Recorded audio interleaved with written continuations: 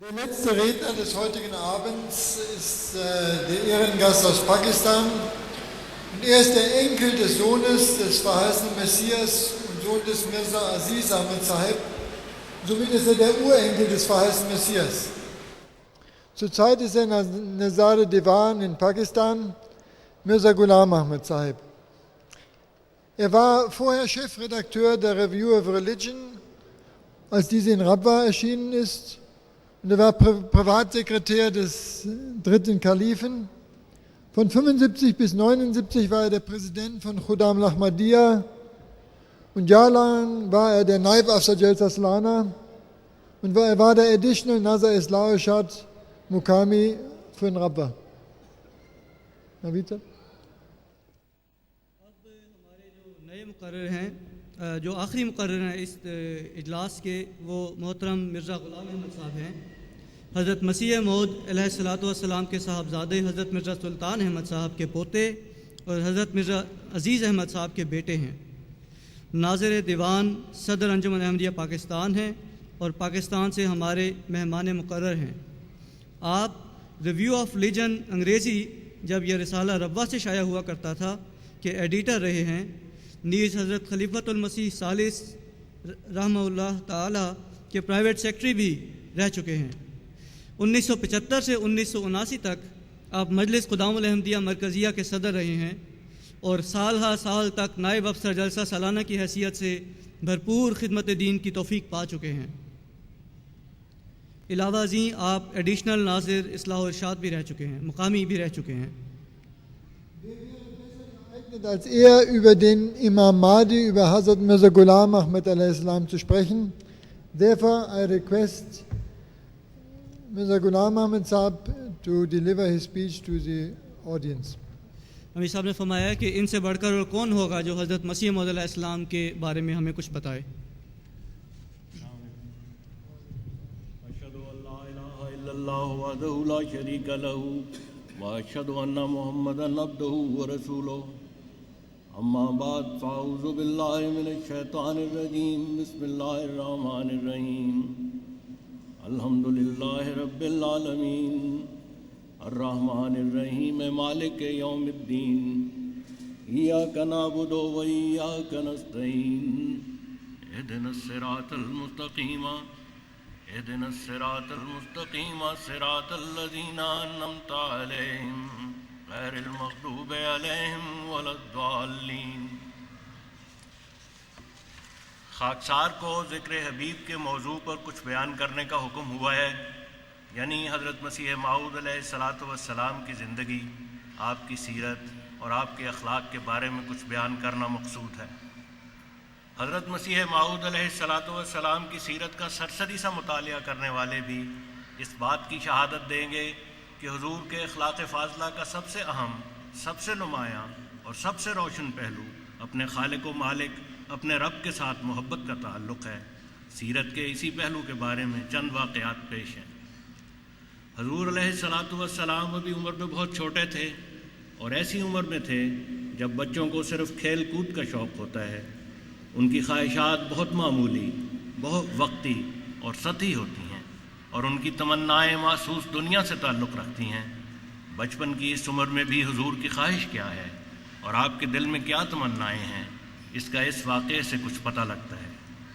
آپ کی ماموزاد جو آپ سے عمر میں چھوٹی تھیں اور جو بعد میں آپ کے نکاح میں آئیں, آپ انہیں فرمایا کرتے تھے, دعا کر خدا میرے نماز نصیب کرے.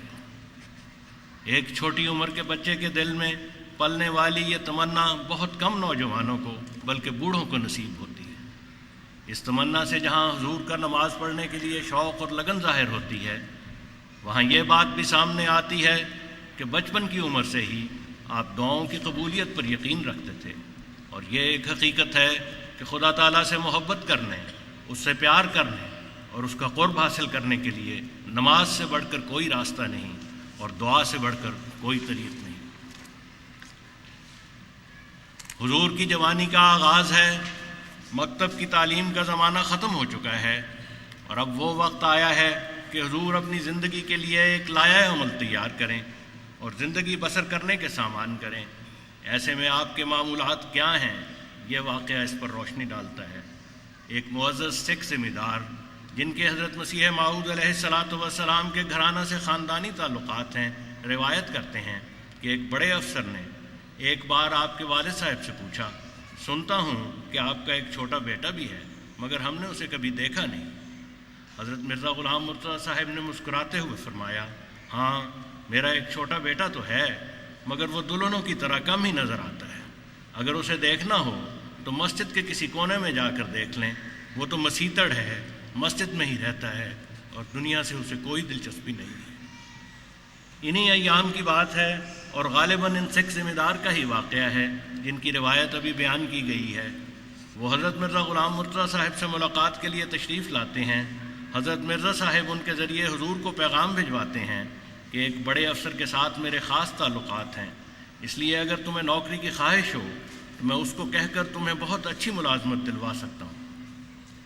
یہ پیغام ان معزز سکھ ذمہ دار کے ذریعے بھجوانے کا ایک مقصد غالباً حضرت والد صاحب کے مد نظر یہ بھی ہوگا کہ وہ بھی حضور کو تحریک کریں کہ یہ ایک اچھا موقع ہے، اس سے فائدہ اٹھانا چاہیے۔ چنانچہ یہ دوست حضور کی خدمت میں حاضر ہوتے ہیں اور آپ کو آپ کے والد صاحب کا پیغام پہنچا کر تحریک بھی کرتے ہیں کہ یہ موقع ہرگز ہاتھ سے نہیں دینا چاہیے۔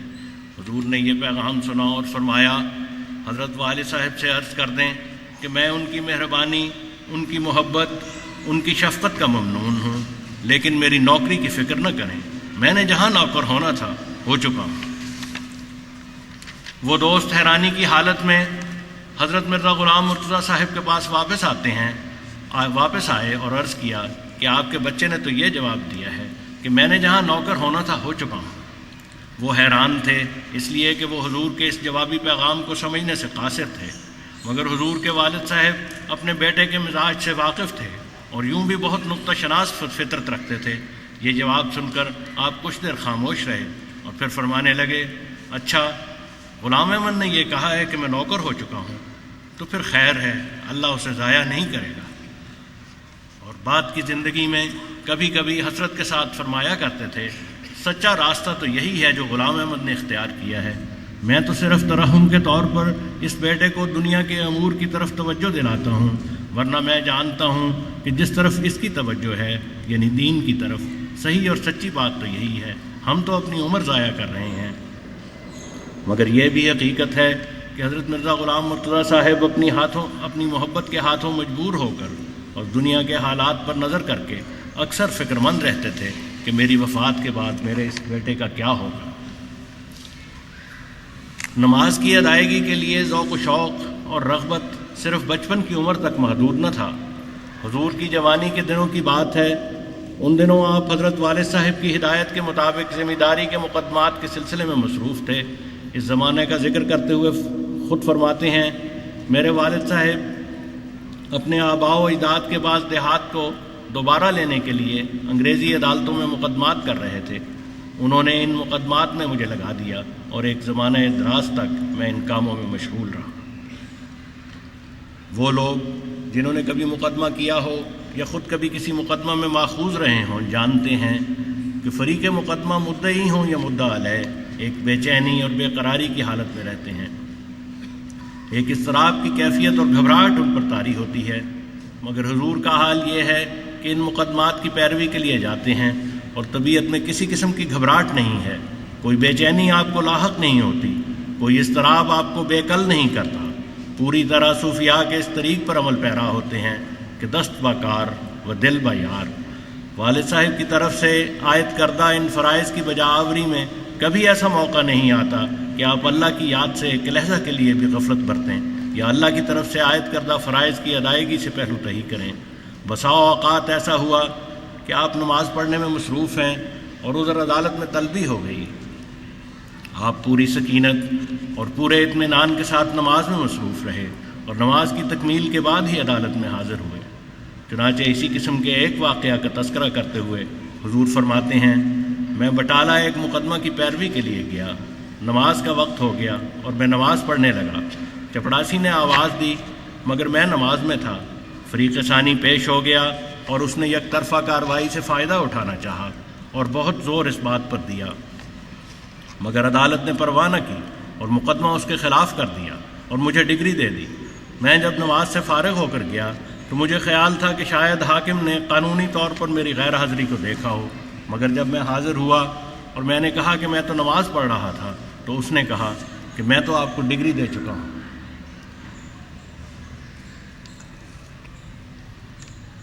حضور کے لیے آپ کے والد صاحب کی فکر مندی کا ذکر پہلے ہو چکا ہے۔ وہ اپنی محبت کے باعث حضور کے لیے فکر مند رہتے تھے کہ ان کے بعد حضور کا کیا ہوگا۔ حضرت والد صاحب کی وفات کے موقع پر خود حضور کے دل میں بھی ایک لحظہ کے لیے یہ خیال گزرا کہ آمد کے کئی ذرائع حضرت والد صاحب کی زندگی کے ساتھ وابستہ ہیں اور ان کی وفات کے بعد حالات نہ جانے کیا رخ اختیار کریں، مگر وہ خدا جس سے آپ نے محبت کی تھی اور جس کے عشق میں آپ اپنا سب کچھ قربان کر چکے تھے اور جو آپ کے دل کے راز سے آگاہ تھا اور اس محبت سے باخبر تھا جو اس کے لیے آپ کے دل میں تھی، وہ خدا بڑا وفادار اور بڑا قدر کرنے والا خدا ہے۔ اس نے اپنے اس بندے کو جس نے اوائل عمری میں اس کے ساتھ محبت کا عہد باندھا تھا اپنے اس الہام کے ساتھ تسلی دی، الیس اللہ بکاف عبدہ، یعنی کیا اللہ اپنے بندے کے لیے کافی نہیں؟ چنانچہ بعد کی زندگی میں اس واقعہ کا ذکر کرتے ہوئے حضور فرماتے ہیں، جب مجھے خبر دی گئی کہ میرے والد صاحب آفتاب غروب ہونے کے بعد فوت ہو جائیں گے تو بمقتضائے بشریت مجھے اس خبر کے سننے سے درد پہنچا اور خیال گزرا کہ ان کی وفات کے بعد کیا ہوگا، اور دل میں خوف پیدا ہوا کہ شاید تنگی اور تکلیف کے دن ہم پر آئیں، اور یہ سارا خیال بجلی کی چمک کی طرح ایک سیکنڈ سے بھی کم عرصے میں گزر گیا۔ تب اسی وقت غنودگی ہو کر یہ الہام ہوا، الیس اللہ بکاف عبدہ، یعنی کیا خدا اپنے بندے کے لیے کافی نہیں؟ اس الہام الہی کے ساتھ دل قوی ہو گیا کہ جیسے ایک سخت دردناک زخم کسی مرہم سے ایک دم میں اچھا ہو جاتا ہے۔ میں نے اسی وقت سمجھ لیا کہ خدا مجھے ضائع نہیں کرے گا۔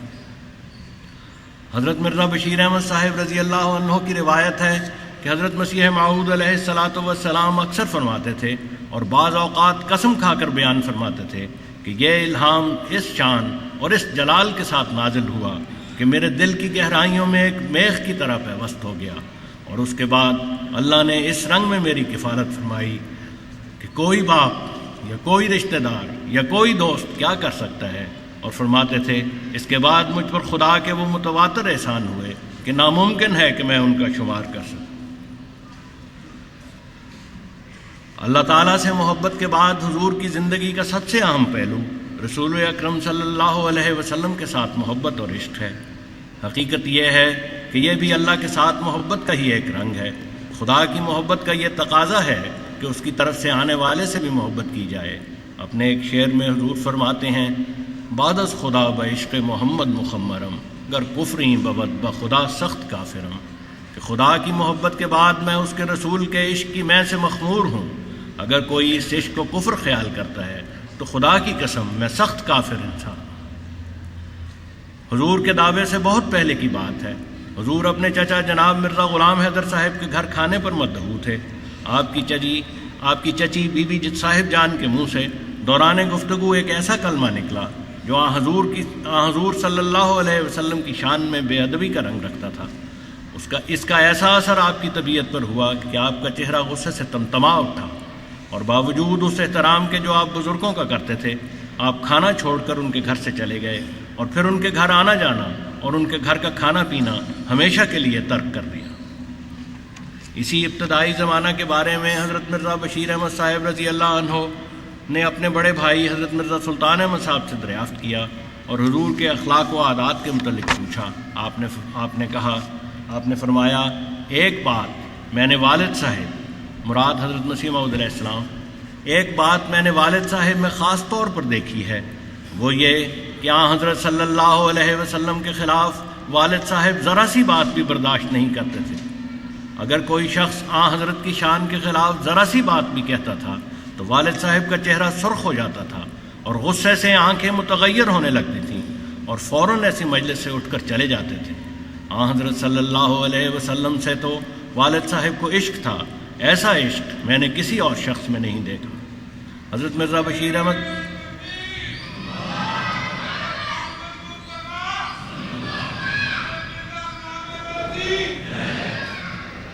حضرت مرزا بشیر احمد صاحب فرماتے ہیں کہ حضرت مرزا سلطان احمد صاحب نے اس بات کو بار بار دہرایا. پھر بہت بعد کے زمانے کی بات ہے، پنڈت لیکھ رام کے نام سے ہر احمدی واقف ہے. یہ اسلام کے بدترین دشمن اور حضور صلی اللہ علیہ وسلم کے شدید معاند اور گندہ دہن مخالف تھے. انہوں نے حضور پر اعتراض کرنا اپنا وتیرہ بنا لیا تھا. حضور ان کے اعتراضات کے جواب دیتے تھے اور ایسے جواب دیتے تھے کہ ہر سمجھدار کی تشفی کے لیے کافی ہوتے تھے. لیکن پنڈت لیکھ رام کا مقصد صرف اعتراض کرنا تھا اور اس میں وہ سچ اور جھوٹ کی تمیز بھی روانہ رکھتے تھے.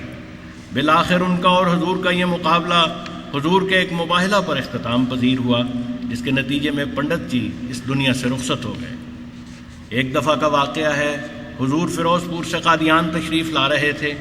حضرت شیخ یعقوب علی عرفانی رضی اللہ عنہ اس سفر میں حضور کے ساتھ تھے. آپ فرماتے ہیں پنڈت لیکھ رام ملا اور مجھ سے اس نے پوچھا کہاں سے آئے ہو. میں نے حضرت اقدس کی تشریف آوری کا ذکر سنایا تو بھاگا ہوا وہاں آیا جہاں حضرت اقدس وضو کر رہے تھے. اس نے ہاتھ جوڑ کر آریوں کے طریق پر حضرت اقدس کو سلام کیا، مگر حضرت نے یوں ہی آنکھ اٹھا کر سطری طور پر دیکھا اور وضو کرنے میں مصروف رہے. اس نے سمجھا شاید سنا نہیں، اس لیے اس نے پھر سلام کیا. کسی نے کہا، مگر حضور نے پھر جواب نہ دیا. کسی نے کہا کہ لیکھ رام سلام کرتا تھا. فرمایا اس نے حضرت صلی اللہ علیہ وسلم کی بڑی توہین کی ہے.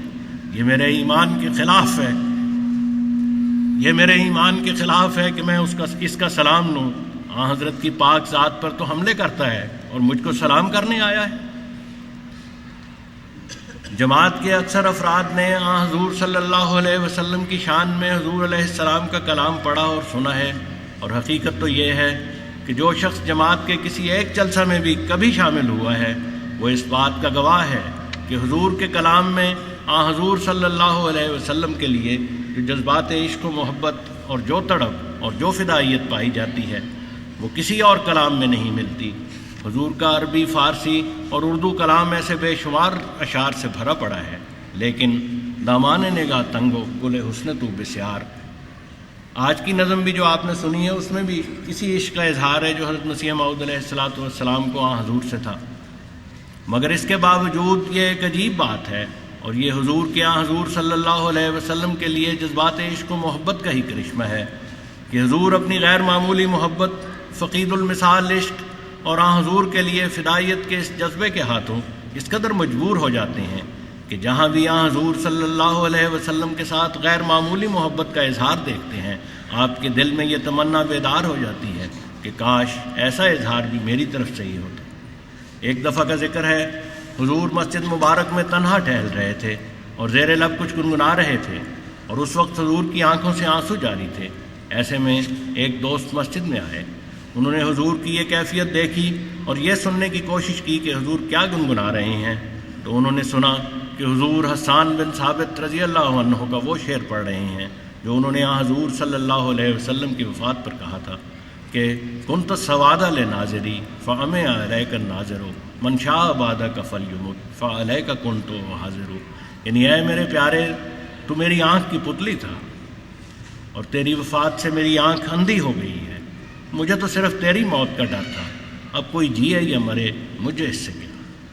روایت کرنے والے بزرگ بیان کرتے ہیں کہ جب میں نے حضور کو تنہا ٹہلتے ہوئے اس حال میں دیکھا کہ آنسو آپ کی آنکھوں سے جاری ہیں تو میں نے حضور سے عرض کیا، حضور کیا بات ہے، کیا صدمہ پہنچا ہے؟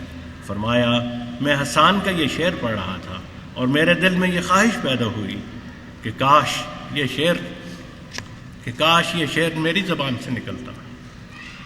حضور کی زندگی کے حالات سے واقفیت رکھنے والے جانتے ہیں کہ حضرت مسیح موعود علیہ السلام پر ہر قسم کے مصائب آئے، ہر قسم کی تنگی کے حالات سے آپ گزرے، مخالفوں کی طرف سے طرح طرح کے ستم آپ پر توڑے گئے، اپنوں کی بے اعتنائیاں، طعن و تشنیع اور بدسلوکی کا آپ نشانہ بنے، طرح طرح کے مقدمات آپ پر قائم کیے گئے، حتیٰ کہ قتل کا مقدمہ آپ کے خلاف بنایا گیا.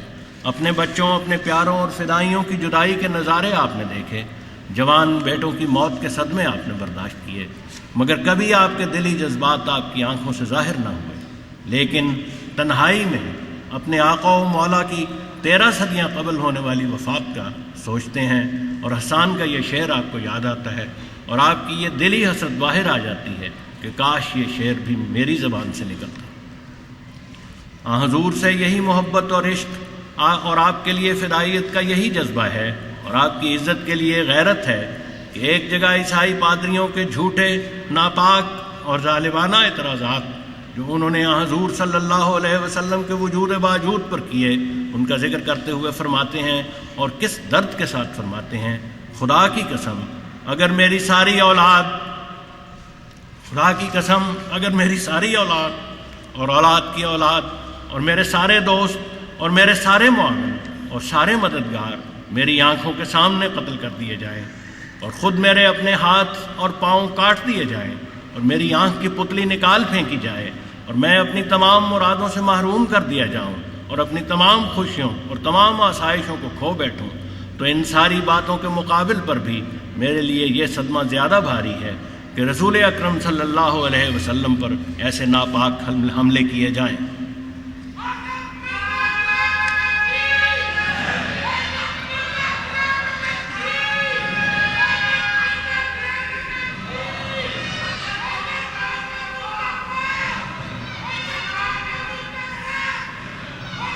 ٹھیک ہے۔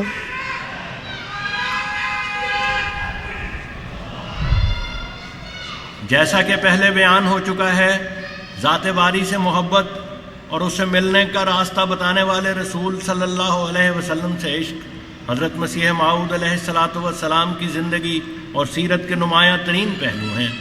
حقیقت یہ ہے کہ حضور کی زندگی کے ہر واقعہ اور حضور کے ہر قول اور ہر فعل کے پس منظر میں خدا تعالیٰ کا کوئی فرمان یا رسول اکرم صلی اللہ علیہ وسلم کی کوئی حدیث اپنی جھلک دکھلاتی نظر آتی ہے۔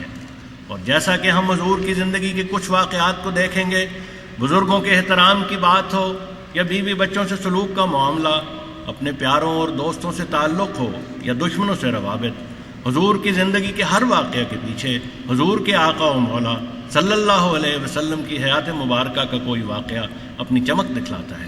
گویا حضور کی سیرت و اخلاق دراصل ایک آئینہ ہے جس میں شمائل محمدی صلی اللہ علیہ وسلم جلوہ گر نظر آتے ہیں، اور کیوں نہ ہو کہ حضور خود فرماتے ہیں، بخدا دل سے میرے مٹ گئے سب غیروں کے نقش، جب سے دل میں یہ تیرا نقش جمایا ہم نے۔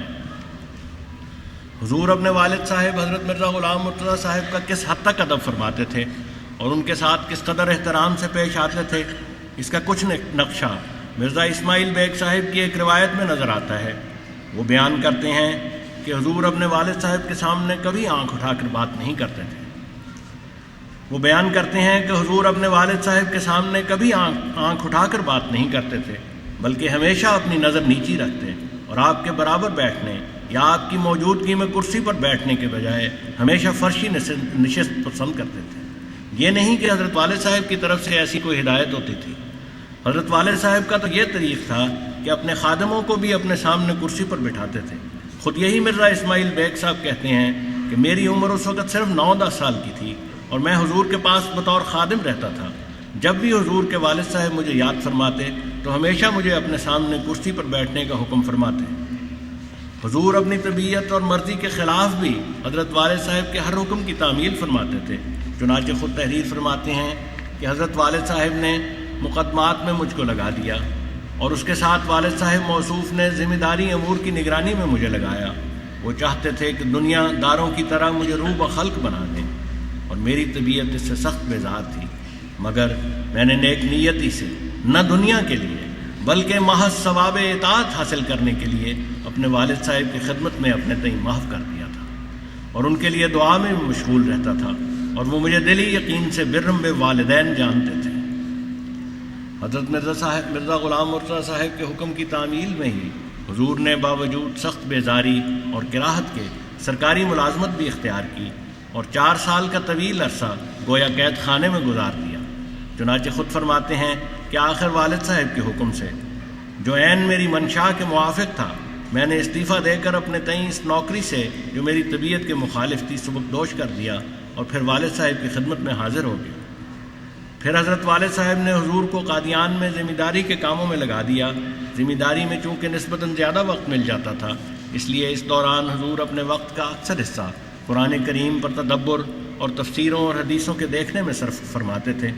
مگر یہ مصروفیت بھی والد صاحب کی خدمت سے آپ کو روکتی نہ تھی، بلکہ جیسا کہ خود تحریر فرماتے ہیں بسا اوقات حضرت والد صاحب کو وہ کتابیں بھی سنایا کرتا تھا۔ ہر بچہ اپنی ماں سے محبت کرتا ہے، لیکن حضور کو اپنی والدہ ماجدہ سے جو محبت تھی اس کی ایک الگ ہی کیفیت نظر آتی ہے، اور حضور کے جاننے والے بھی آپ کی اپنی والدہ کے لیے محبت کی اس شدت سے آگاہ تھے۔ جب آپ کی والدہ ماجدہ کی وفات ہوئی تو حضور قادیان سے باہر تھے۔ گھر والوں کی طرف سے میراں بخش صاحب حجام کو آپ کی خدمت میں بھجوایا گیا، اور انہیں خاص طور پر اس بات کی ہدایت کی گئی کہ یکدم وفات کی خبر حضور کو نہ سنائیں، بلکہ آہستہ آہستہ حضور کو اس بات سے آگاہ کریں۔ والدہ صاحبہ سے محبت کا یہ پہلو اتنا نمایاں تھا کہ حضور کو جاننے والے خصوصی طور پر اس کا تذکرہ کرنا ضروری سمجھتے ہیں۔ حضرت شیخ یعقوب علی صاحب عرفانی رضی اللہ عنہ اس محبت کا تذکرہ کرتے ہوئے تحریر فرماتے ہیں کہ بعد کی زندگی میں بھی جب والدہ صاحبہ کی وفات کو ایک لمبا عرصہ گزر چکا تھا، تب بھی حضور کبھی حضرت مائی صاحبہ کا ذکر نہ کرتے کہ چشم پرآب نہ ہو جاتے۔ حضرت شیخ صاحب کی تو عمر زیادہ تھی، اور آپ ایک صحافی کی نظر رکھتے تھے اور اس لیے چھوٹی چھوٹی باتیں بھی نوٹ کیا کرتے تھے، مگر اپنی والدہ سے محبت کا یہ پہلو اتنا نمایاں تھا کہ بچے بھی اس کو محسوس کرتے تھے۔ چنانچہ حضور کے ایک صاحبزادے بیان فرماتے ہیں، آپ کو ان سے بہت محبت تھی، میں نے کئی دفعہ دیکھا ہے۔ آپ کو ان سے بہت محبت تھی، میں نے کئی دفعہ دیکھا ہے کہ جب آپ کا ذکر فرماتے تھے تو آپ کی آنکھیں ڈبڈبا آتی تھیں۔ حضور کی بھاوجہ صاحبہ جماعت میں تائی کے طور پر پہچانی جاتی ہیں، کیونکہ ان کے بارے میں حضور کو الہام ہوا تھا کہ تائی آئی، اور حضور کا یہ الہام حضرت خلیفۃ المسیح ثانی رضی اللہ عنہ، جن کی آپ تائی تھی، کے زمانے میں پوری شان سے پورا ہوا کہ حضور کی بھاوجہ نے آپ کے ہاتھ پر بیعت کی اور جماعت میں شامل ہوئیں، اور اس طرح تائی والے کے زمانے میں وہ تائی آئی۔ حضور کی والدہ کی وفات کے بعد گھر کا انتظام ان کے سپرد ہوا کہ وہی بڑی بہو تھیں، اور چونکہ وہ بھی گھرانے کے دیگر افراد کی طرح سمجھتی تھیں کہ حضور دنیاوی امور کی طرف توجہ نہیں دیتے، اس لیے چھوٹی چھوٹی بات میں بھی آپ کو تکلیف پہنچاتی رہتی تھیں۔ لیکن حضور کے والد صاحب چونکہ حیات تھے، اس لیے ان کی اس وقت زیادہ نہ چلتی تھی، مگر 1876 میں والد صاحب کی وفات کے بعد تو وہ گھر کی مختار کل ہو گئیں اور ہر طرح کی زیادتی حضور پر روا رکھنے لگیں، اور چونکہ ان کے شوہر اور حضور کے بڑے بھائی قادیان سے باہر اپنی ملازمت پر ہوتے تھے، اس لیے ان کو اس کے لیے ہر طرح کے مواقع بھی میسر تھے۔ چنانچہ حضور کی سوانے میں اس کا وضاحت سے تذکرہ ملتا ہے کہ وہ حضور کا کھانا بھجوانے میں بھی خست سے کام لیتی تھیں، اور بچا کچھا اور روکھا سوکھا کھانا حضور کے لیے بھجوایا کرتی تھی۔ یہ صورتحال ایک لمبا عرصہ جاری رہی، حتیٰ کہ 1884 میں حضور کی شادی حضرت اماں جان سے ہو گئی۔ اس تمام عرصہ میں حضور اگر چاہتے تو اپنی جائیداد علیحدہ کروا کے اپنے لیے خصوصی انتظام فرما سکتے تھے، لیکن حضور نے بڑے بھائی اور بھاوج کے احترام میں جائیداد کی علیحدگی کا کبھی سوال نہ اٹھایا، اور ہر قسم کی تکلیف خود اپنی ذات پر برداشت کرتے رہے۔ 1883 میں مرزا غلام قادر صاحب کی وفات کے بعد حضور کی یہی بھاوج صاحبہ حضور کے پاس آئیں اور بہت روئیں، اور چونکہ ان کے ہاں پیدا ہونے والے دونوں بچے بچپن میں فوت ہو چکے تھے، انہوں نے حضور سے درخواست کی کہ مرزا سلطان احمد کو مجھے دے دیں، میں اسے بیٹا بنا کر اپنے پاس رکھوں گی۔ حضور نے اس بات پر آمادگی کا اظہار فرمایا، لیکن حضرت مرزا سلطان احمد صاحب اپنی تائی کی طبیعت سے اچھی طرح واقف تھے اور اس سلوک کے بھی گواہ تھے جو تائی حضور کے ساتھ روا رکھتی تھیں، اس لیے آپ نے حضور کے پاس آ کر اس پر اپنی شدید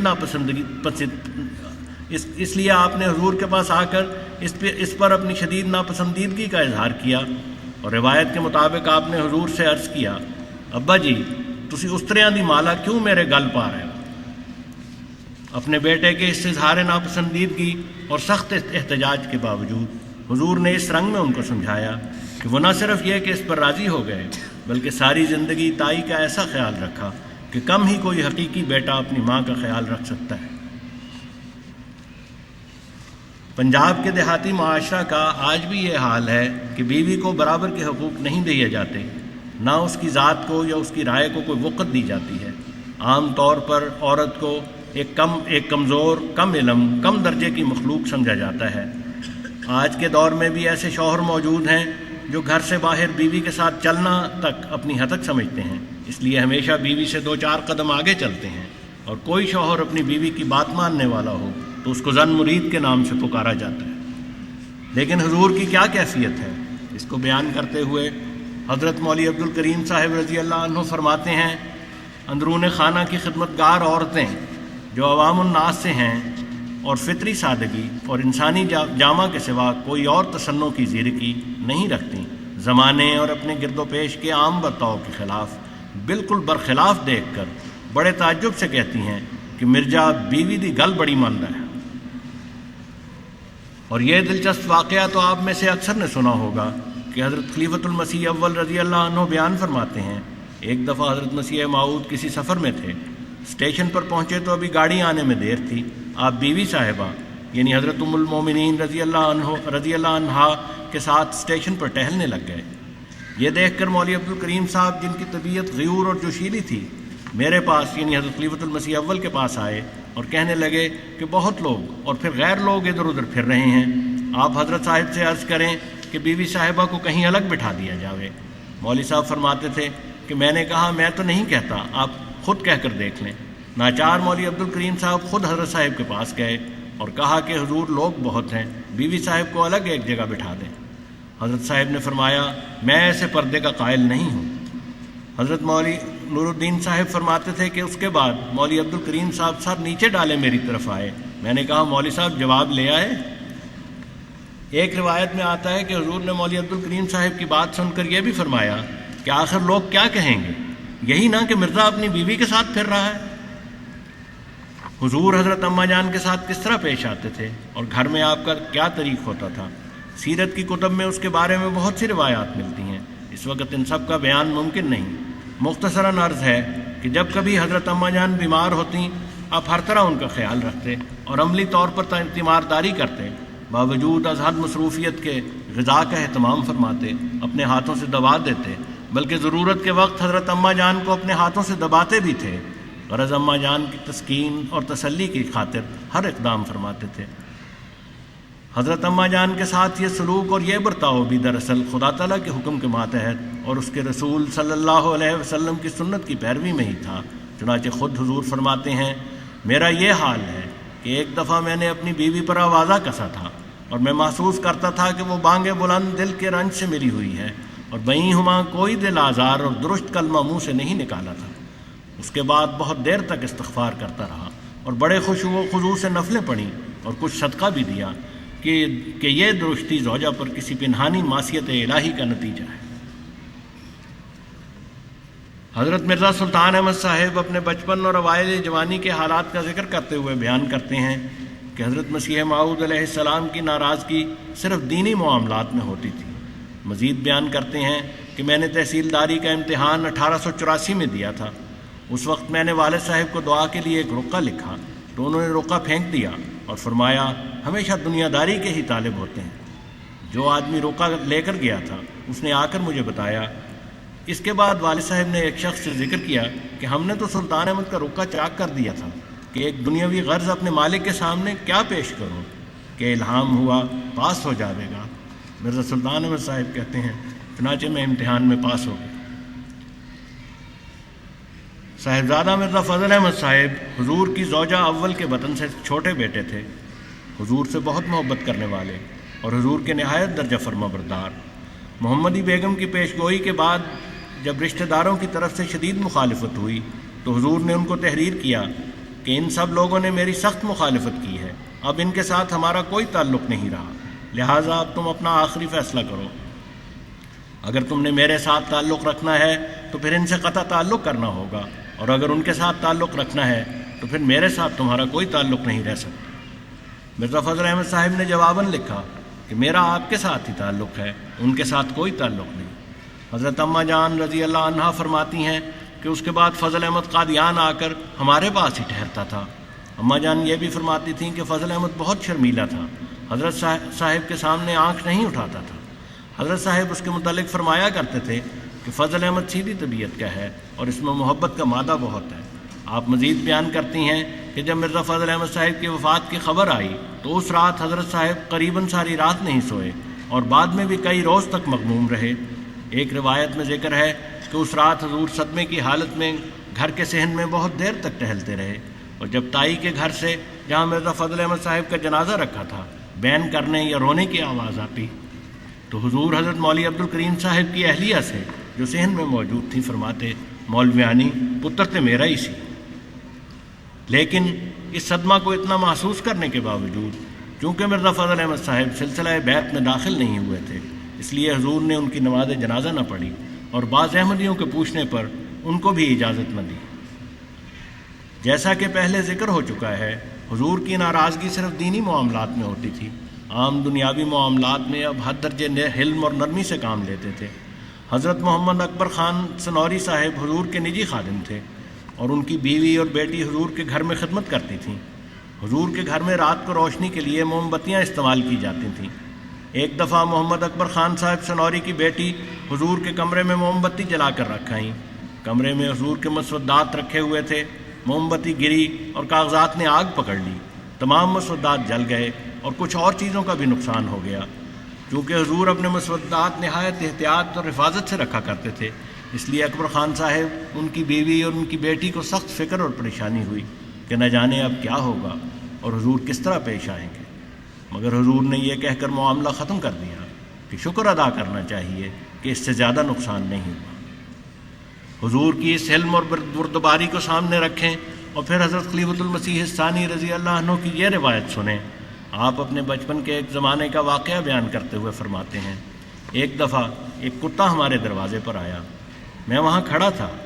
اندر کمرے میں صرف حضرت صاحب تھے. میں نے اس کتے کو اشارہ کیا اور کہا ٹیپو ٹیپو ٹیپو. حضرت صاحب بڑے غصے سے باہر نکلے اور فرمایا تمہیں شرم نہیں آتی کہ انگریز نے تو دشمنی کی وجہ سے اپنے کتوں کا نام ایک صادق مسلمان کے نام پر ٹیپو رکھ دیا ہے اور تم ان کی نقل کر کے کتے کو ٹیپو کہتے ہو. خبردار آئندہ ایسی حرکت نہ کرنا. حضور علیہ السلام کی بے پناہ دینی اہمیت اور قومی غیرت کا یہ ایک عجیب پہلو ہے جو مدرجہ بالا دونوں واقعات سے ہمارے سامنے آتا ہے. ایک طرف ایک خادمہ کا یہ فعل تو آپ برداشت کر لیتے ہیں کہ وہ آپ کے نہایت محنت سے لکھے ہوئے مسودات کو جلا دیتی ہیں جن پر خدا جانے کتنی راتوں اور کتنے دنوں کی محنت آپ نے کی ہوگی اور اس تکلیف اور مشقت کا بھی کچھ خیال نہیں کرتے جو اس کے نتیجے میں آپ کو دوبارہ کرنی پڑی ہوگی. لیکن ایک شہید مسلمان سلطان کا جس کے ساتھ سوائے اسلام کے آپ کا کوئی رشتہ نہ تھا لا علمی کی وجہ سے ایسا نام لینا جس سے اس کی تحقیر ہوتی تھی آپ سے برداشت نہ ہوا اور اپنے بیٹے کو جو ابھی بچہ ہی تھا نہایت سختی سے ڈانٹتی. یہی دینی حمیت تھی کہ صاحبزادہ مرزا مبارک احمد جو ابھی بالکل چھوٹے بچے تھے اور قرآن کریم کے ادب و احترام کے بارے میں کچھ بھی نہ جانتے تھے ان سے ایک ایسی بات ہو گئی جو حضور کے نزدیک قرآن کریم کے ادب کے خلاف تھی. حضور کا چہرہ سرخ ہو گیا. اس بات کو برداشت نہ کر سکے اور مبارک احمد مرحوم کے شانے پر ایک تھپڑ مارا. یہ واقعہ یعنی مبارک احمد کا یہ واقعہ اور بھی اہمیت اختیار کر جاتا ہے جب یہ بات مد نظر رکھی جائے کہ حضور علیہ الصلاۃ والسلام کی 74-75 سالہ زندگی کے بارے میں سینکڑوں دوستوں اور دشمنوں نے اپنی چشمدید روایات بیان کی ہیں. ان میں مرد بھی شامل ہیں اور ان میں عورتیں بھی شامل ہیں. بچے بھی ہیں اور جوان بھی ہیں. ادھیڑ عمر اور بوڑھے بھی ہیں. ان میں احمدی بھی ہیں, غیر احمدی مسلمان بھی ہیں, ہندو بھی ہیں, سکھ اور عیسائی بھی ہیں, عوام الناس بھی ہیں, اپنے زمانے کے بڑے لوگ بھی ہیں. ان میں حضور پر جان قربان کرنے کا عزم رکھنے والے بھی شامل ہیں اور ان میں حضور کی جان لینے کو کار ثواب سمجھنے والے بھی ہیں. لیکن ان ساری روایات میں صرف یہی ایک روایت ملتی ہے جس میں یہ ذکر ہو کہ حضور نے کسی کو بدنی سزا دی ہو, وہ بھی کسی ذاتی قصور پر نہیں, قرآن کی بے ادبی پر, اور وہ بھی اپنے بیٹے کو, اور وہ بھی ایسی عمر میں جو بالکل ناسمجھی کی عمر کہلاتی ہے. اللہم صلی علی محمد وآل محمد وبارک وسلم. حضور کے ایک خادم تھے, پیرا دتا ان کا نام تھا. حضرت شیخ یعقوب علی عرفانی صاحب ان کا تذکرہ کرتے ہوئے فرماتے ہیں کہ بالکل جاہل, جڈ اور گمار آدمی تھے.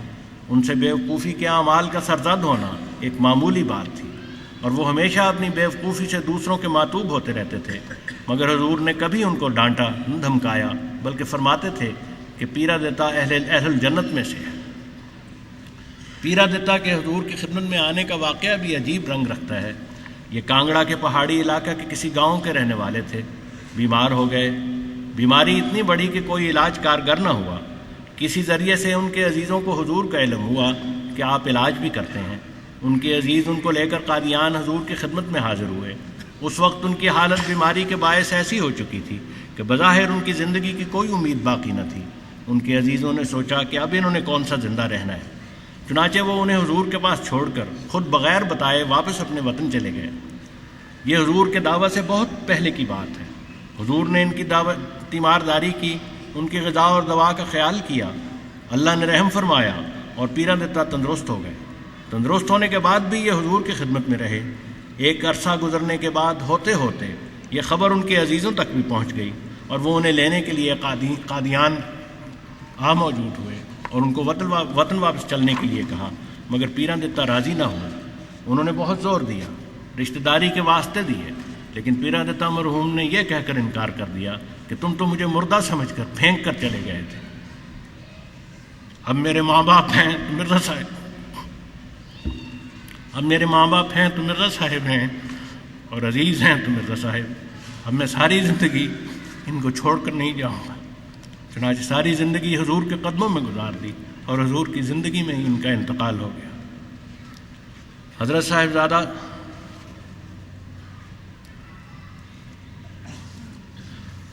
صاحبزادہ سراج الحق صاحب ایک بظاہر معمولی اور بہت سادہ سے واقعہ کا تذکرہ کرتے ہیں۔ آپ لکھتے ہیں، ایک بار ایک بیمار کا حال بتانے کے لیے وہ رات 1 بجے کے قریب حضور کی خدمت میں حاضر ہوئے۔ مکان کے سب دروازے بند پائے اور لوگوں کو سوتے پایا۔ فرماتے ہیں، میں نے ایک آواز بڑے زور سے گھبراہٹ میں دی تو پہلے جو بولے تو خود حضرت ہی بولے کہ صاحبزادہ صاحب ہیں، اندر آ جاؤ، اور ایک خادمہ سے فرمایا جلدی دروازہ کھول دو، ثواب ہوگا۔ صاحبزادہ صاحب فرماتے ہیں، رات 1 بجے کے قریب ہے، رات 1 بجنے کے قریب ہے، نیند کا آرام کا وقت ہے۔ خاکسار کا سخت آواز سے پکارنا، جواب میں حضور کا نہایت نرم آواز سے دریافت حال فرمانا، اور ایک خادمہ کو جو اسی کام اور خدمت کے لیے رکھی گئی ہے یہ فرمانا، دروازہ کھول دو، ثواب ہوگا۔ آپ مرشد اور مسیح موعود یہی نہیں بلکہ جری اللہ فی حل الانبیاء اور رئیس ابن رئیس اور امیر ابن امیر، دونوں حیثیتیں ایک سے ایک بڑی ہوئی، اور پھر یہ نرمی اور عاجزی اور مسکینی۔ میں خود پیرزادہ ہوں، صاحبزادہ صاحب فرماتے ہیں، میں خود پیرزادہ ہوں اور کئی ہزار کا پیشوا اور رہنما، لاکھوں معتقد ہیں، سب کچھ ہے، مجھ سے زیادہ اس کام کا رازدار اور جاننے والا کون ہوگا؟ امام اعظم سے میرے تک نسلاً بعد نسلاً پیر ہوتے چلے آئے ہیں، پھر کوئی بات تو ہے جو میرے جیسے انسان کو اس باخدا انسان کی طرف کھینچ لائی ہے۔ اے احمد قادیانی، تجھ پر اور تیرے مطبوع محمد مدنی پر لاکھوں کروڑوں سلام۔ اللہم صلی علی محمد وآل محمد۔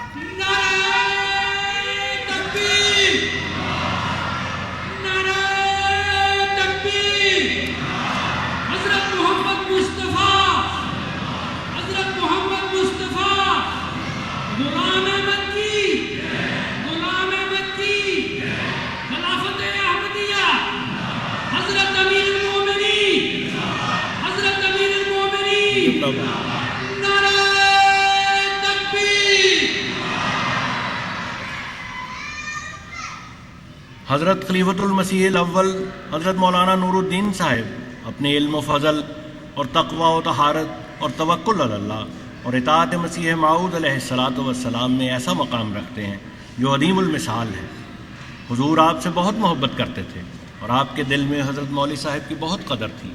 اسی محبت کا نتیجہ تھا کہ حضور نے آپ کے بارے میں فرمایا کہ خوشبو دے اگر ہر یکز امت نور دیں بودے، ہمیں بودے اگر ہر دل پرز نور یقین بودے۔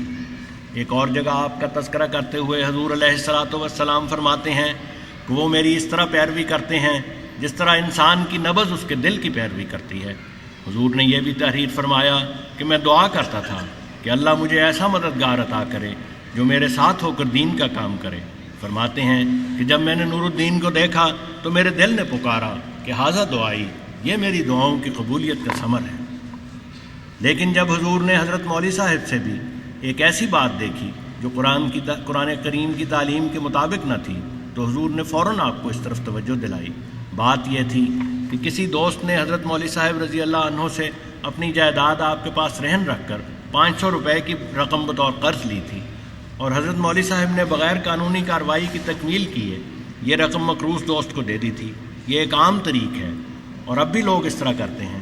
دوستوں سے قرض لیتے ہیں اور دیتے ہیں، مگر نہ تو رسید لیتے ہیں اور نہ کوئی اور لکھا پڑھی کرتے ہیں، اور یہی وجہ ہے کہ بسا اوقات بعد میں جھگڑے اٹھ کھڑے ہوتے ہیں اور رقم بھی ضائع جاتی ہے اور دوستانہ تعلقات بھی بگڑ جاتے ہیں۔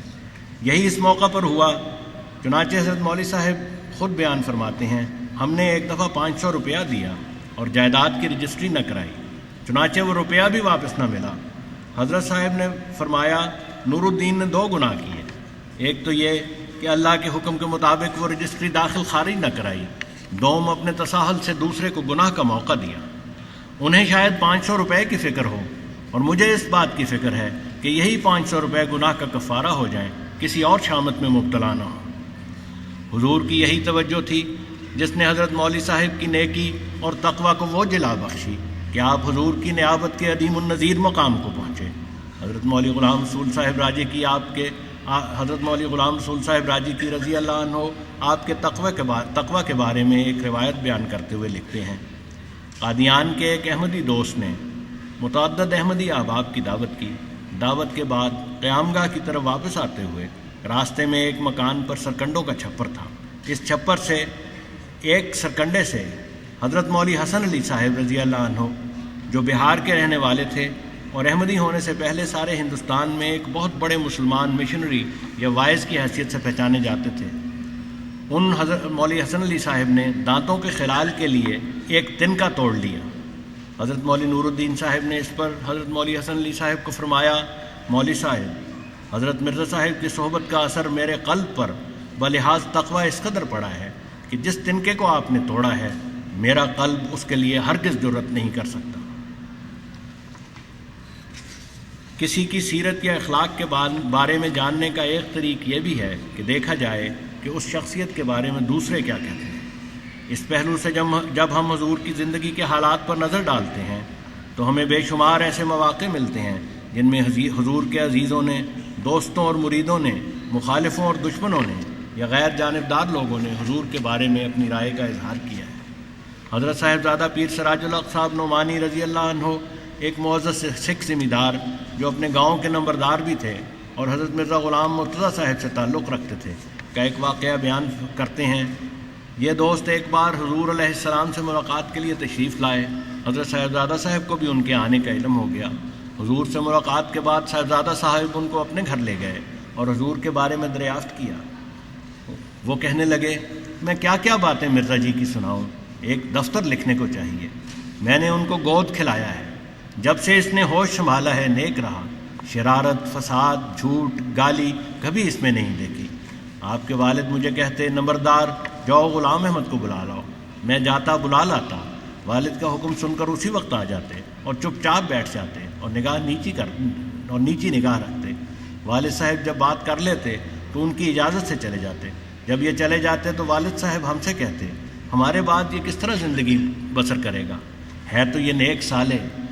پھر آپ دیدہ ہو کر کہتے، جو حال پاکیزہ غلام احمد کا ہے وہ ہمارا کہاں ہے؟ یہ شخص زمینی نہیں آسمانی ہے، یہ آدمی نہیں فرشتہ ہے۔ یہ بات کہہ کر وہ بوڑھا سردار چشم پر آب ہو گیا، کہنے لگا، اب مرزا غلام مرتضیٰ زندہ ہوتا اور اس کا یہ عروج اور ترقی دیکھتا کہ دنیا کے عقل مند اور مولوی ملا اس کے در کے محتاج ہیں، اور خدا نے اس کو وہ مرتبہ دیا اور اپنا وہ جلوہ قدرت کا دکھایا کہ سب کی عقل اور علم اس کے آگے ہیچ ہے۔ صاحبزادہ صاحب فرماتے ہیں کہ میں نے اپنی طرف سے اس عبارت میں نہ کچھ گھٹایا نہ بڑھایا، صرف اس کی زبان پنجابی کا ترجمہ کیا ہے۔ پھر یہی حضرت صاحبزادہ صاحب ایک اور واقعہ بھی لکھا ہے۔ آپ تحریر فرماتے ہیں، میں دارالامان سے بٹالہ کسی کام کو گیا، واپس قادیان کو آتے ہوئے یکے میں ایک ہندو بھی سوار ہو گیا۔ وہ بھی قادیان کو آتا تھا لیکن اس کو کسی دوسرے گاؤں جانا تھا۔ میں نے اس سے پوچھا کہ تم حضرت مرزا غلام احمد صاحب کو جانتے ہو؟ اس نے کہا کہ میں خوب جانتا ہوں اور تم سے زیادہ ان کا واقف ہوں۔ میں نے بچپن سے مرزا غلام احمد کو دیکھا ہے، میں اور وہ ہم عمر ہیں، اور قادیان میرا آنا جانا ہمیشہ رہتا ہے، اور اب بھی دیکھتا ہوں۔ جیسی عمدہ عادات اب ہیں ایسی نیک خصلتیں اور عادات پہلے تھیں، اب بھی وہی ہیں، سچا، ایمانت دار، نیک۔ میں تو یہ سمجھتا ہوں کہ پرمیشر مرزا صاحب کی شکل اختیار کر کے زمین پر اتر آیا ہے اور پرمیشر اپنے جلوے دکھا رہا ہے۔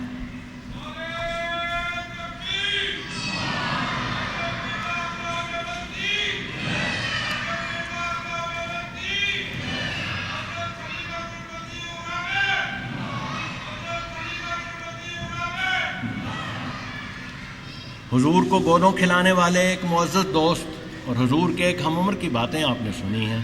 اب حضور کے ایک ہم مکتب مولانا محمد حسین صاحب بٹالوی کی رائے پیش ہے۔ آپ حضور کی کتاب براہین احمدیہ پر ریویو کرتے ہوئے کہتے ہیں، مؤلف کے حالات و خیالات سے جس قدر ہم واقف ہیں، ہمارے معاصرین سے ایسے واقف کم نکلیں گے۔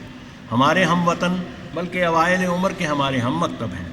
آگے جا کر براہین احمدیہ کو ایک ایسی کتاب قرار دیتے ہوئے جس کی نظیر آج تک اسلام میں تالیف نہیں ہوئی، حضور علیہ السلام کے بارے میں لکھتے ہیں، اس کا مؤلف بھی اسلام کی مالی، جانی، قلبی و لسانی، حالی و قالی نصرت میں ایسا ثابت قدم نکلا ہے جس کی نظیر پہلے مسلمانوں میں بہت ہی کم پائی گئی ہے۔ یہ تو مکرم مولوی صاحب کی اس وقت کی رائے ہے جب ابھی مولوی صاحب نے حضور کی مخالفت شروع نہیں کی تھی۔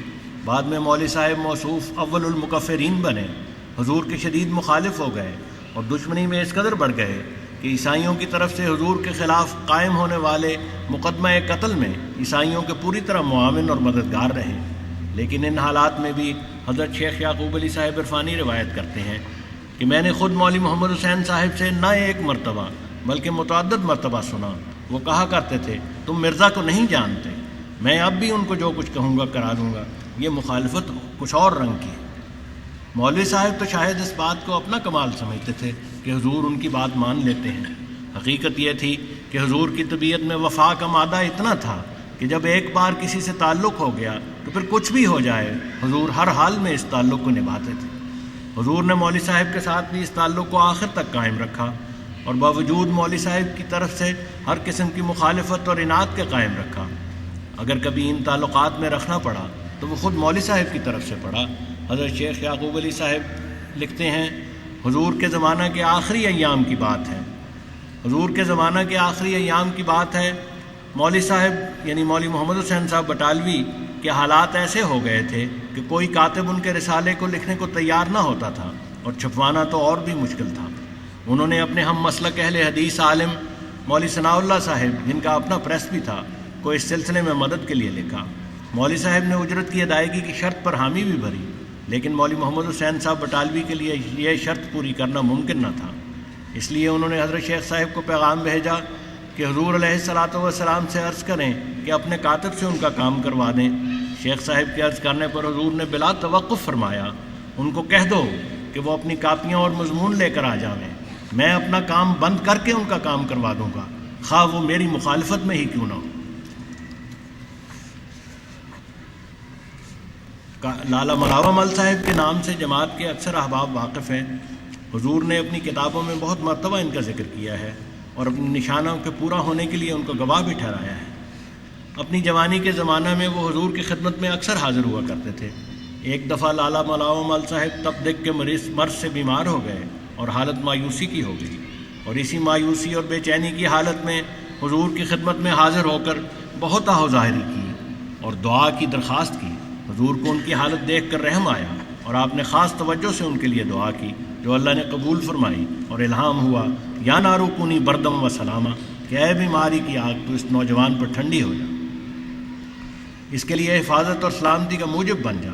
لالا صاحب اس کے بعد بہت جلد اس خطرناک مرض سے شفا یاب ہو گئے اور 100 سال سے زیادہ عمر پا کر 1951-52 میں قادیان میں انہوں نے وفات پائی۔ ان لالا مراوا مل صاحب پر حضور کی نیکی، تقوی اور خدا تعالیٰ کے ساتھ تعلق کا اتنا گہرا اثر تھا کہ 1947 میں جب قادیان اور اس کے نواح میں شدید فسادات ہوئے اور ہندوؤں اور سکھوں کے ہاتھوں بہت سے بے گناہ مسلمان مرد، عورتیں اور بچے، جن میں کچھ احمدی بھی تھے، مارے گئے، اور خلیفۃ المسیح ثانی رضی اللہ عنہ سمیت جماعت کی اکثریت کو پاکستان کی طرف ہجرت کرنا پڑی اور قادیان میں 300 سے کچھ اوپر درویش ہی رہ گئے، تو اس وقت لالا مراوا مل صاحب نے اپنے بیٹے لالا دتا رام کو خاص طور پر نصیحت کی کہ دیکھو، یہ ان کے لالا مراوا مل صاحب کے الفاظ ہیں، دیکھو تم ہرگز احمدیوں کی مخالفت نہ کرنا، کیونکہ مرزا صاحب نے پیش گوئی کی ہوئی ہے کہ ان کی جماعت قادیان میں پھر واپس آئے گی، اور میں دیکھ چکا ہوں کہ جو بات مرزا صاحب کہا کرتے تھے وہ پوری ہو جایا کرتی تھی۔ حضور علیہ السلام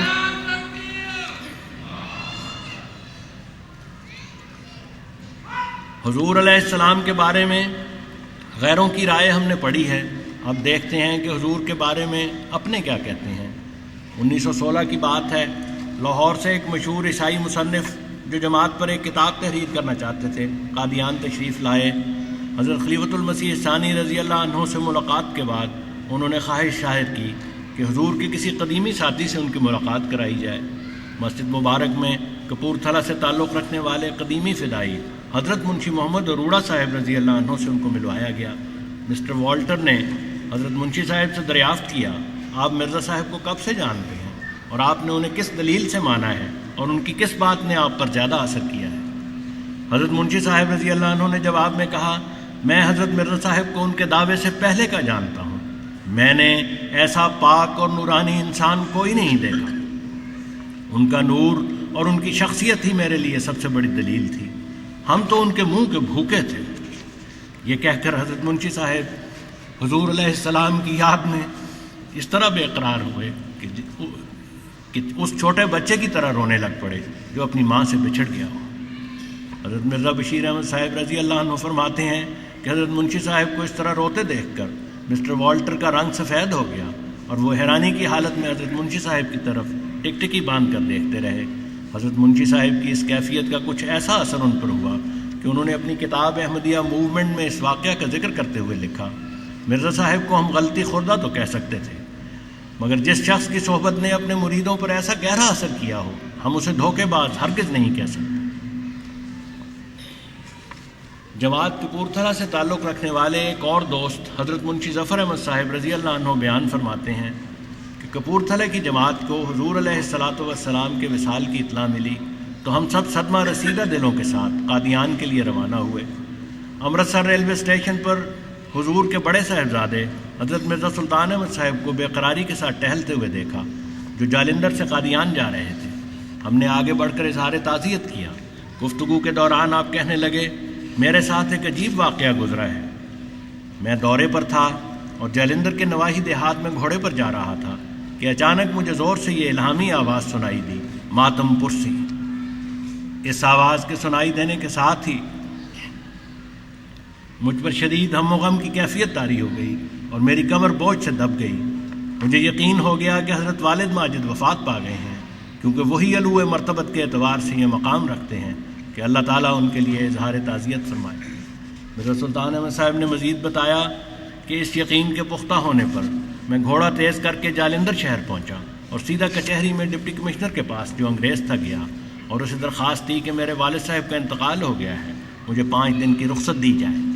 وہ میری درخواست پڑھ کر کہنے لگے، آپ کے والد صاحب مشہور خلائق شخصیت ہیں، ان کی علالت کی کوئی خبر شائع نہیں ہوئی، کیا آپ کو کوئی تار ملا ہے؟ میں نے جواباً کہا کہ مجھے تار وغیرہ تو کچھ نہیں ملا، لیکن مجھے الہام ماتم پرسی ہوا ہے جس سے میں یقین کرتا ہوں کہ میرے والد صاحب وفات پا چکے ہیں۔ میری بات سن کر ڈپٹی کمشنر صاحب ہنس پڑے اور کہنے لگے، الہام کوئی چیز نہیں، یہ محض آپ کا وہم ہے، آپ کے والد خیریت سے ہیں، کوئی فکر نہ کریں۔ پھر کہنے لگے، میں رخصت دینے میں کوئی روک نہیں ڈالتا، اگر آپ چاہیں تو 5 دن سے زیادہ رخصت لے لیں۔ مرزا سلطان احمد صاحب کہتے ہیں کہ اس وقت چونکہ میں غم کی کیفیت میں تھا اور جلد قادیان پہنچنا چاہتا تھا، اس لیے مسئلہ الہام پر بحث کو طول دینے کے بجائے وہ اپنی رہائش گاہ پر چلے گئے۔ ابھی آپ سفر کی تیاری کر رہے تھے کہ لاہور سے تار آیا کہ حضور کی وفات ہو گئی ہے اور جنازہ قادیان لے جا رہے ہیں، اس لیے وہ قادیان ہی پہنچے۔ حضرت منشی ظفر احمد صاحب بیان کرتے ہیں کہ مرزا سلطان احمد صاحب نے بتایا کہ میں نے جب یہ تار پڑھا تو خیال آیا کہ یہ انگریز الہام کا منکر ہے، اس پر حجت پوری کر رہا ہوں۔ دوبارہ کچہری گیا اور ڈپٹی کمشنر کو تار دکھا کر کہا کہ آپ الہام کے منکر تھے، لیجئے اب تار کے ذریعے بھی اس بات کی تصدیق ہو گئی۔ ڈپٹی کمشنر صاحب تار دیکھ کر حیرت زدہ رہ گئے اور کہنے لگے، یہ بات تو میری سمجھ سے بالا ہے۔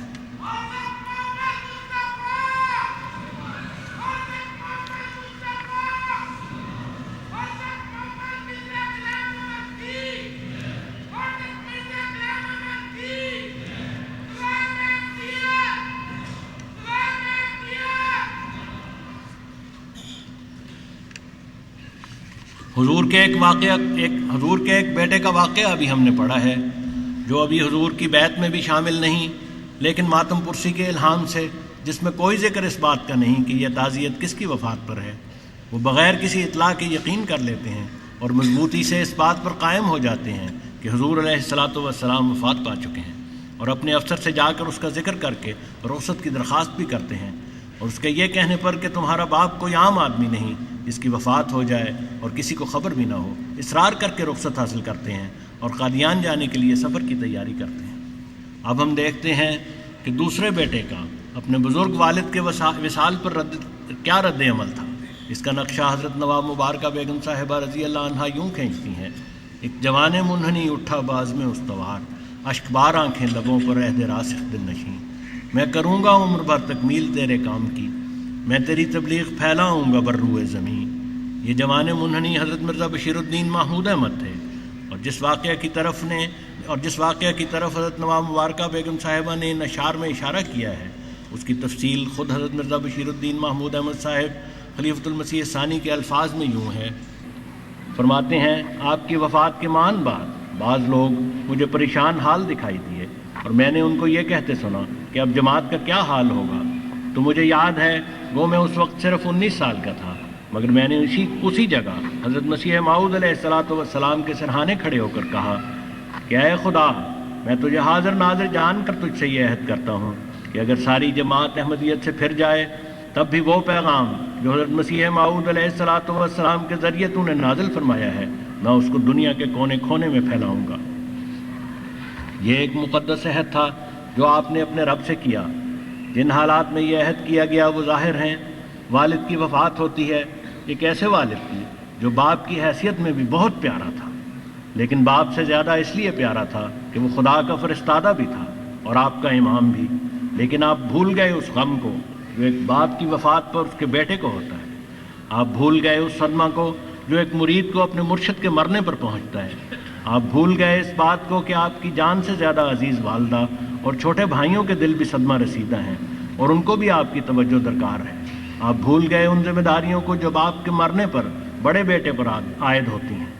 اگر آپ کو کچھ یاد رہا تو صرف یہ کہ ان کے باپ نے اپنی زندگی ایک عظیم مقصد کے حصول کے لیے بے مثال جد و جہد میں گزاری تھی، اور اس صدمہ کے وقت میں، اس تکلیف اور غم اور رنج کے ماحول میں آپ نے سب کچھ بھلا کر ایک پختہ عزم اور ناقابل شکست ارادہ کے ساتھ ایک عہد کیا، ایک عہد جو اپنے رب سے بھی تھا اور خود اپنی ذات سے بھی، اور پھر اپنی زندگی کی آخری سانس تک اس عہد پر قائم رہے اور اپنی ساری عمر پوری وفا، پوری ثابت قدمی اور پوری جانفشانی کے ساتھ اس عہد کو پورا کرنے میں صرف کر دی۔ حضور کے دو بیٹوں کے واقعات ہم نے سنے۔ اب ہم دیکھتے ہیں کہ حضور کی حرم محترم حضرت اماں جان حضور کے بارے میں کیا کہتی ہیں۔ حضور کی وفات ہو چکی ہے، جنازہ لاہور سے لا کر قادیان میں حضرت اماں جان کے باغ میں رکھا ہوا ہے۔ حضرت شیخ یعقوب علی عرفانی صاحب رضی اللہ عنہ بعض دوسرے صحابہ کے ساتھ حفاظت پر مامور ہیں۔ اتنے میں حضرت اماں جان رضی اللہ عنہ چہرہ دیکھنے کے لیے تشریف لاتی ہیں۔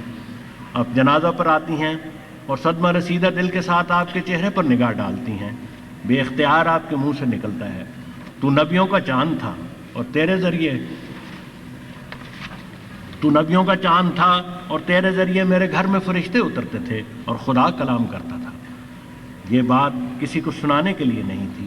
اپنے صدمہ کے وقت میں ایک جذب اور خود فراموشی کے عالم میں یہ الفاظ آپ کی زبان پر جاری ہوئے اور ڈیوٹی پر موجود دوستوں نے سن لیے، اور اس طرح حسن اتفاق اور ہماری خوش نصیبی سے ایک محرم راز کے منہ سے حضور کی سچائی اور حضور کے دعوی کی صداقت کی یہ بے تکلف گواہی تاریخ کے صفحات میں ہمیشہ کے لیے ثبت ہو گئی۔ اور پھر حضور کے وصال کے بعد کا یہ واقعہ تو ہر احمدی کے علم میں ہے۔ یہ واقعہ حضرت اماں جان کے حضور علیہ السلام کی سچائی پر پختہ ایمان اور حضور کی دعاؤں کی قبولیت پر بے مثال یقین کو بھی ظاہر کرتا ہے۔ حضرت نواب مبارکہ بیگم صاحبہ رضی اللہ عنہ روایت کرتی ہیں کہ حضرت اماں جان نے حضور کی وفات کے بعد اپنے بچوں کو جمع کیا اور صبر کی تلقین کی اور نصیحت فرماتے ہوئے کہا کہ بچوں، گھر خالی دیکھ کر یہ نہ سمجھنا کہ تمہارے ابا تمہارے لیے کچھ نہیں چھوڑ گئے۔ انہوں نے آسمان پر تمہارے لیے دعاؤں کا بڑا بھاری خزانہ چھوڑا ہے جو تمہیں وقت پر ملتا رہے گا۔ یہ کوئی رسمی سی تسلی نہیں تھی جو ایک صدمہ رسیدہ ماں اپنے بچوں کو دیتی ہے۔ یہ کوئی رسمی سی تسلی نہیں تھی جو ایک صدمہ رسیدہ ماں اپنے بچوں کو دیتی ہے۔ یہ گواہی ہے حضور کی سچائی کی، یہ اظہار ہے اس یقین کا جو حضرت اماں جان کو حضور کی دعاؤں کی قبولیت پر تھا۔ یہ بیان ہے اس مشاہدے کا جو آپ نے حضور کے ساتھ گزارے ہوئے 24 سالہ دور کے شب و روز میں کیا. یہ نچوڑ ہے اس تجربہ کا جو آپ کو روز مرہ ہوتا تھا کہ حضور کے منہ کی باتیں روز روشن کی طرح پوری ہوتی ہیں. یہ باز گشت ہے علیہ اللہ بکاف عبدہ کے اس الہام کی جو حضور کی وفات سے 32 سال قبل حضرت والد صاحب کی وفات پر حضور کو ہوا تھا. اور یہ شہادت ہے اس الہام میں مضمر وعدہ کے بار بار پورے ہونے کی. ہماری جماعت احمدیہ کی گزشتہ 100 سال سے زائد عرصہ کی تاریخ گواہ ہے کہ حضرت اماں جان رضی اللہ عنہ نے آسمان پر چھوڑے جانے والی دعاؤں کے جس بھاری خزانے کا ذکر کیا تھا اس خزانے سے صرف حضور کی برگزیدہ اولاد نے ہی حصہ نہیں پایا بلکہ گزشتہ 100 سال میں جماعت کے ہر فرد نے بھی دعاؤں کے اس خزانے سے اپنی استعداد، اپنے ظرف اور اپنی ہمت کے مطابق حصہ پایا ہے. اور اللہ تعالیٰ کی رحمت، اس کا فضل اور اس کے انعامات اس طرح ہر رحمتی پر سایہ فگن رہے ہیں کہ حضور کے الفاظ میں صرف یہی کہا جا سکتا ہے کہ اگر ہر بال ہو جائے سخنور تو پھر بھی شکر امکان سے ہے باہر. خدا کرے کہ ہم میں سے ہر فرد، ہر احمدی اس راستہ پر گامزن رہے جس راستہ پر چل کر ہم ان دعاؤں کے مستحق بن سکتے ہیں جو حضور نے اپنی جسمانی اور روحانی اولاد کے لیے کی ہیں. اور وہ بشارتیں ہم میں سے ہر ایک کے حق میں پوری ہوں جو حضور کو اپنی اولاد اور جماعت کے بارے میں عطا ہوئی ہیں. اور خدا کرے کہ ہماری کمزوریاں اور ہماری کوتاہیاں اور ہمارے گناہ ان خدائی بشارتوں کے پورا ہونے میں روک نہ بنے. آمین یا ارحم الراحمین. آمین.